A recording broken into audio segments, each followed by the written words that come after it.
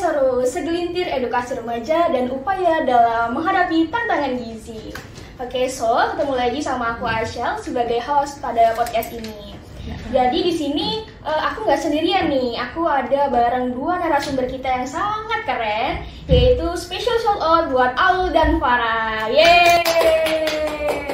Mungkin kalau kata pepatah nih, nggak kenal maka tak sayang. Mungkin kalau biasanya kita kenalan dulu nih sama narasumber kita. Boleh. Kepada Aul dan Farah dipersilakan. Halo, perkenalkan nama aku Mas Ayu Oleh Ramadhani dan rekan saya Farah dari Gizi 21. Ya, jadi nih ya guys, kita dari Prodi Gizi semester 6 FKM Unsri. Wah, kira-kira Kak Aul dan Kak Farah lagi sibuk apa nih Kak? Kalau kita lagi sibuk skripsi nih, tapi kalau Kak Farah Biasa, kita lagi ngejar deadline laprak nih. Oh, raprak skripsi, jadi lagi pusing-pusingnya ya Kak? Iya Ya? banget, lagi pusing-pusingnya banget itu. Oke, jadi kayak untuk biar kita nggak pusing nih, kita bisa Kak ya ngobrol-ngobrol sedikit. Boleh banget.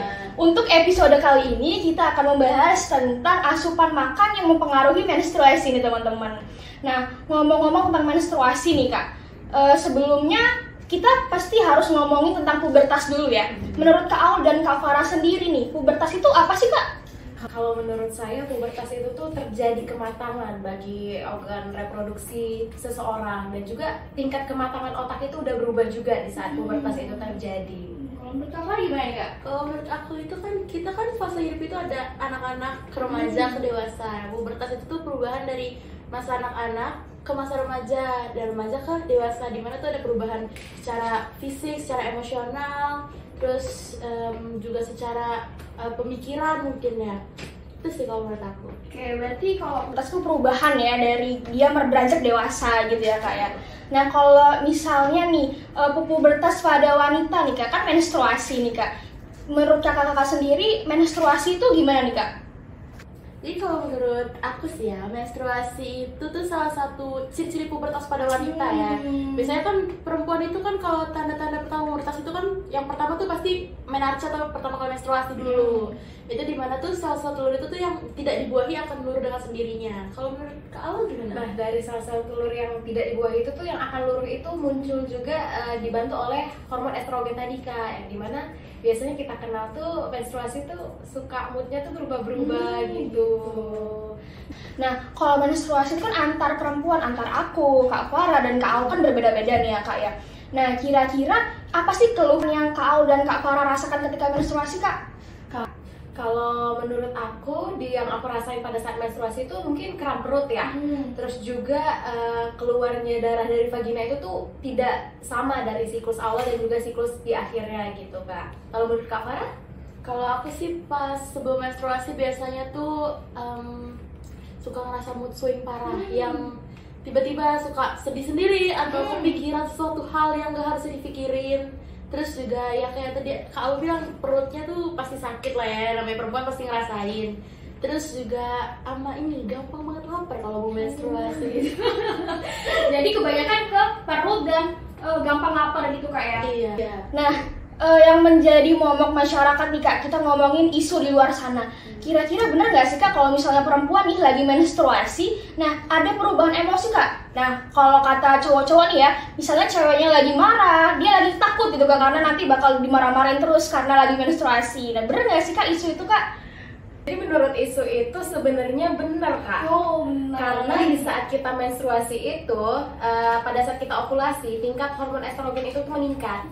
Jadi saat ovulasi, pada masa ovulasi dan sel telur tidak dibuahi tadi, meningkatnya hormon estrogen tadi itu langsung menurun. Jadi karena perpindahan naik atau turunnya hormon tadi itu yang menyebabkan mood kita tuh berubah-berubah atau mood swing gitu Kak. Oh, menurut Kak Farah gimana Kak? Kalau aku juga ngikut Kak Aul sih ya, karena dari pengalaman sendiri, aku pun nggak tahu kalau kenapa nih tiba-tiba mood swing. Pokoknya kalau misalnya mau menstruasi itu pasti tandanya itu mood swing dulu. Swing parah ya Kak ya? Parah. Jadi emang bener ya, adanya menstruasi itu menyebabkan hormon, ada yang memicu hormon untuk perubahan emosi gitu ya Kak. Nah, ngomong-ngomong perubahan emosi nih Kak, kan karena kita sekarang lagi ngomongin gizi dan menstruasi, kira-kira ada nggak sih Kak perubahan kebiasaan makan gitu Kak? Entah makannya lebih banyak waktu menstruasi atau malah justru lebih sedikit pada saat menstruasi Kak? Kalau bagi aku sih pada saat aku menstruasi tuh pengennya tuh makan yang pedes-pedes, minum soda gitu kan. Tapi sebenarnya itu tuh nggak baik buat kesehatan kita, apalagi untuk makan pedas itu kan kita tahu tuh kalau misalkan kita makan pedas bakal menambah kram perut dan juga rasa sakit dari perut itu tuh makin-makin gitu. Kalau untuk Kak Farah gimana Kak? Kalau aku sih ya, kalau pas sebelum menstruasi itu pasti aku bakal cranky parah dan lapar terus-terusan. Bener-bener bawahnya tuh pengen makan manis, pengen makan yang kayak tadi Kak Aul bilang pedes-pedes juga kadang kepengen. Cuman tuh pas hari H menstruasinya, apalagi day one, lagi bener-bener day one tuh ngerasa sakit banget, bete banget, langsung stop kayak gak pengen makan seharian. Oh gitu. Jadi kebiasaan makan orang yang menstruasi itu per individunya berbeda-beda gitu ya Kak. Betul. Nah, kebiasaan makan ini kira-kira berpengaruh nggak sih Kak ke siklus menstruasi? Kalau ke siklus menstruasi sih untuk kebiasaan makan tuh berpengaruh ya, karena ada juga pengalaman dari teman aku sendiri, dia nih keseringan makan fast food dan makan yang kayak manis-manis, sampai bener-bener cerita tuh dia bayangin sehari tuh minum 1 botol teh pucuk. Gimana gak gulanya Gula tinggi semua ya? ya. Dia sempet pengaruh sih, langsung stop menstruasi itu 1,5 tahunan nggak menstruasi itu. Bener banget, kalau kata Kak Farah itu dari temennya. Nah di sini aku ngerasain sendiri waktu dulu kebiasaan makan aku yang meningkat saat menstruasi, berat badan aku bertambah, itu bener-bener memperusak siklus menstruasi aku, yang dimana awalnya jadi lancar, tiba-tiba terlambat nih 3-4 hari, bahkan terlambat itu tuh cukup lama gitu. Gitu. Jadi sangat berpengaruh ya Kak siklus Bener menstruasi. Betul banget. Nah, jadi siklus menstruasi yang baik itu gimana sih Kak? Kalau siklus menstruasi yang aku tahu nih ya, itu tuh ada 4 siklus. Jadi ada menstruasi, ada praovulasi, ada hari ovulasi, dan pramenstruasi. Nah, kalau misalkan hitung siklus sendiri nih sekitar 28-35 hari dari hari terakhir kita hari pertama kita menstruasi. Jadi misal nih, hari pertama sampai hari kelima itu masuk ke siklus menstruasinya kita. Biasanya kan kalau cewek-cewek tuh menstruasi sekitar 5-7 hari lah ya. Lalu hari ke-6 sampai hari ke-13 berarti itu masuk ke praovulasi, dimana tuh salah satu kita kebentuk lagi lah. Nah hari ke-14 tuh masih, kalau kata kita tuh masa subur-suburnya, lagi ovulasi lah. Lalu selanjutnya tuh baru pramenstruasi, dimana tuh yang tadi kita sudah bahas di awal, ada timbul-timbul lagi tuh yang mood swing lah, cranky parah gitu. Kalau Kak Aul? Bener banget ya, udah dijelasin sama Kak Farah tadi. Tapi selain dari siklus yang 28-35 hari, ini ternyata juga bisa lebih dari itu Kak Asya. Dimana penyebabnya itu nggak cuma dari kebiasaan makan aja, ada tingkat kecemasan, depresi. Nah itu juga bisa tuh membuat siklus menstruasi kita jadi kacau. Oh gitu. Jadi mungkin jawaban dari Kak Farah dan Kak Uli bisa membantu nih buat teman-teman yang bertanya-tanya gimana sih, atau kira-kira gimana sih cara dan siklus menstruasi yang baik gitu ya Kak ya. Oke, mungkin untuk selanjutnya nih Kak, emang bener nggak sih Kak kira-kira untuk kabar simpang siur di luar sana nih ya, yang katanya itu karena dia obesitas nih bisa buat dia itu jadi telat menstruasi gitu Kak. Nah kira-kira menurut kakak-kakak itu gimana Kak? Kalau aku sih betul ya, karena kalau secara ilmiah ya, kita kalau ngebahas hormon, pastinya ketika berat badan kita naik itu hormon-hormon tubuh kita juga berubah dong siklusnya, terutama hormon estrogen. Dimana estrogen itu tuh hormon yang berpengaruh banget nih pada saat reproduksi wanita. Nah ketika hormon estrogen ini tidak seimbang tuh bisa membuat 2 kemungkinan nih Kak. Ada yang dia bisa haid, kayak haidnya tuh cepet-cepet waktunya, kayak seminggu berhenti terus tiba-tiba haid lagi. Ada yang bener-bener haidnya tuh bener-bener stop dalam kurun waktu tuh ya cukup lama. Nah kebetulan nih ada juga nih cerita dikit, teman aku nih, dia tuh bisa dikatakan udah masuk ke obesitas nih Kak. Dia tuh timbangan waktu itu 83 kilo, sampai dia harus konsultasi ke dokter kandungan. Dikiranya ada penyakit apa gimana gitu, ternyata dia karena obesitas. Dokternya itu menyarankan untuk menurunkan berat badannya sekitar 10 kilo. Tapi emang bener sih, temen aku tuh setelah melakukan saran dokter tuh lumayan udah makin kesini makin lancar tiap bulan. Itu karena mungkin faktor obesitas itu tadi, berat badan kan bertambah jadinya memperlambat menstruasi itu. Jadi sangat berpengaruh ya berat badan ya Kak ya. Oke. Nah ada cerita nih Kak, jadi ada orang yang memiliki darah rendah nih. Nah orang yang memiliki darah rendah ini suka pingsan gitu setiap dia menstruasi. Nah itu kira-kira gimana Kak? Kalau menurut aku sih cara menanggulanginya itu ya mungkin kita lebih ke cara mengatasi ya, dari penyebabnya dia pingsan aja saat menstruasi itu mungkin kekurangan darah. bisa jadi nih saat dia menstruasi dia keseringan minum teh, dan juga dimana kita tahu kalau teh itu tuh menghambat zat gizi ya, apalagi kalau misalkan kita meminum teh itu tuh setelah makan. Jadi untuk upaya kita mencegah nih untuk kekurangan darah itu salah satunya minum tablet tambah darah.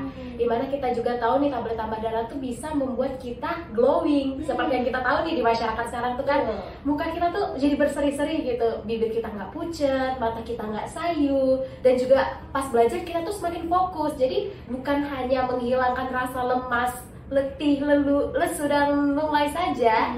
TTD itu juga bisa membuat muka kita semakin berseri-seri nih, kayak kita ketemu pacar kan berseri-seri. Oke.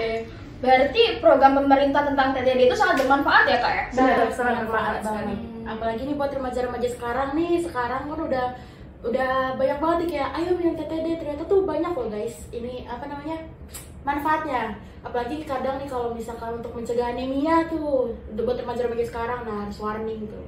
Anemia ini sekarang lagi marak-maraknya, apalagi kadang nih kalau misal kita nggak tahu kalau kita anemia, tiba-tiba kita menstruasi, kan kalau menstruasi itu kan sel darah merah yang kotor-kotor tuh keluar, itu bisa pingsan kalau kita anemia. Ya. Makanya harus banyak-banyak minum TTD. Jangan lupa ya buat remaja sekarang minum TTD. Jadi kalau kita dapet TTD jangan dibuang ya kak ya, harus diminum. Harus dibuang, itu penting loh guys, apalagi buat menunjang kedepannya nih, kita kan sebagai calon-calon ibu ya kak, bakal hamil, ngelahirin kayak gitu. Ada fun fact nih kak Asya, dulu kan kita waktu SMA ya atau waktu SMP kita sering banget ya Iya benar. TTD itu kan dari UKS nih kita sebenarnya. Tapi pas sudah beranjak ke kuliah ternyata kita nggak dapet lagi. Iya benar banget itu. Dan Gimana ya? Dan kita sadarnya pentingnya TTD itu tuh di saat sekarang, bener kan? Jadi pas kita mau dapet nyari-nyari TTD lagi di apotek itu lumayan terjangkau harganya. Jadi untuk kalian yang masih SMA, SMP yang menonton pembicaraan kita pada hari ini, penting banget itu jangan dijadiin mainan atau dibuang-buang secara percuma gitu. Apalagi ini sekarang kita kan udah masuk ke wanita usia subur nih, persiapan buat ke jenjang berikutnya. Kita harus menyiapkan sistem reproduksi kita juga nih dari sekarang. Jangan kayak mikir, oh kita masih 20 tahun, masih apa? Kita nggak pernah tahu guys, jodoh itu datangnya kapan. Kita harus persiapkan dari sekarang, betul ya? Jadi jangan hanya menyiapkan bagaimana kita siap menghadapi punya anak, tetapi kita juga butuh tubuh kita yang siap untuk mempunyai anak tersebut. Betul sekali Kak Farah dan Kak Aul. Nah, lagi-lagi masih tentang kabar simpang siur nih Kak. Banyak orang yang bilang nih kalau menstruasi itu nggak boleh makan pedas, kalau menstruasi itu nggak boleh minum es. Itu gimana sih Kak tanggapannya Kak? Nah, seperti yang aku bilang tadi ya, kalau aku menstruasi itu kan suka banget tuh makan pedas. Ternyata makin kesini makin tahu tuh kalau kita makan pedas, perut kita tuh makin terasa gitu kramnya, makin sakit, makin kerasa perih gitu. Padahal kan kita udah peluruhan sel darah dalam perut kita tuh kan udah maksimal banget tuh kan, kram otot di dalam perut itu. Apalagi kalau kita tambah makanan pedas. Kalau untuk minuman es dingin gimana Kak Farah? Kalau minuman es dingin sih kalau menurut aku tuh mitos lah ya. Soalnya kan yang kita ketahui tuh saluran ini kan berbeda ya, antara kita kalau minum itu masuknya ke saluran pencernaan, sedangkan kalau menstruasi itu keluarnya dari saluran reproduksi, udah jelas-jelas berbeda. Jadi kalau menurut aku itu minum air dingin tuh mitos. Tapi mungkin walaupun mitos harus tetap dibatasi. Minum air putih tuh bagus, tapi kalau dingin, kalau batuk gimana? Nah, gitu. Dapat perhatian tuh dari kamu. Oke, selanjutnya kira-kira makanan apa sih Kak yang bagus saat menstruasi itu Kak? Nah, kita tahu kan kalau menstruasi itu keluarnya darah ya, yang dimana kalau kita keluarnya darah, kita bakal lebih lemes dari biasanya. Selain mengkonsumsi TTD, kita juga perlu tuh mengkonsumsi seperti hati ayam, daging ayam, apalagi Kak Farah? Kalau misalkan itu kita harus makan yang banyak zat besi, contohnya itu kayak sayur-sayuran hijau. Siapa nih yang gak suka sayur? Suka sayur gak Kak? Suka dong. Siapa suka sayur? Suka sayur tuh, karena bisa ada banyak kandungan zat besinya. Apalagi kalau buat temen-temen yang tadi kayak aku bilang nih, yang merasa sering lemas, sering kurang fokus, nah banyak-banyak sayur guys. Jadi intinya harus banyak makanan yang kaya zat besi ya Kak. Oke. Nah, dari kakak-kakak sendiri nih, ada nggak sih tips untuk menjaga wanita-wanita yang lagi menstruasi Kak? Oh tentu ada dong Kak Asyal, yang gimana kita nih kan tadi kita balik lagi nih mood swing. Kalau misalkan saat menstruasi kita itu bisa nih olahraga tipis-tipis yang dimana kita tahu dong kalau olahraga itu tuh mengeluarkan hormon endorfin. Jadi kita yang mood swing pengen marah-marah di saat kita olahraga jadi pengen happy nih walaupun sedikit, mungkin olahraganya tipis-tipis sekedar workout di kamar kosan atau di kamar sendiri gitu kan, kayak hormon endorfinnya tuh keluar gitu. Jadi untuk mood swingan kita marah-marah jadi nggak jadi gitu. Kalau untuk Kak Farah gimana Kak? Kalau tadi Kak Aul menyarankan workout, kalau ternyata nih fun fact-nya kita tuh nggak harus olahraga guys, aktivitas fisik juga bisa loh guys. Kayak misal nih biasanya anak-anak kos nih Kak Ashel ya, kayak yang tidak punya motor, bisa loh kalian beli makan tuh jalan, itu ternyata masuk aktivitas fisik loh Kak. Terus juga kalau menstruasi tuh kita perut sakit kan, nah itu bisa kita kompres nih pakai air hangat. Suka nggak Kak kompres pakai air hangat? Aku lebih sukanya pakai Air heat pack dingin gitu. ya. Sekarang udah banyak tuh guys di commercial shop ya, kayak heat pack yang Heat buat pack. menstruasi Praktis gitu ya, Kak? tinggal diangetin atau di charge itu biasanya Di-charge Kak. biasanya. Di-charge. Enak itu guys, bisa meredakan sakit juga. Oh, ya, boleh linknya di bawah. boleh nanti tambahin editor. Oke, jadi itu guys tips dari Kak Farah dan Kak Aul. Mungkin sebelum kita menutup podcast kita nih Kak, ada nggak sih closing statement buat para penonton kita Kak? Boleh statement ya. Nah buat teman-teman nih yang mungkin baru masuk masa-masa menstruasi nih, kalau bisa dijaga dari sekarang.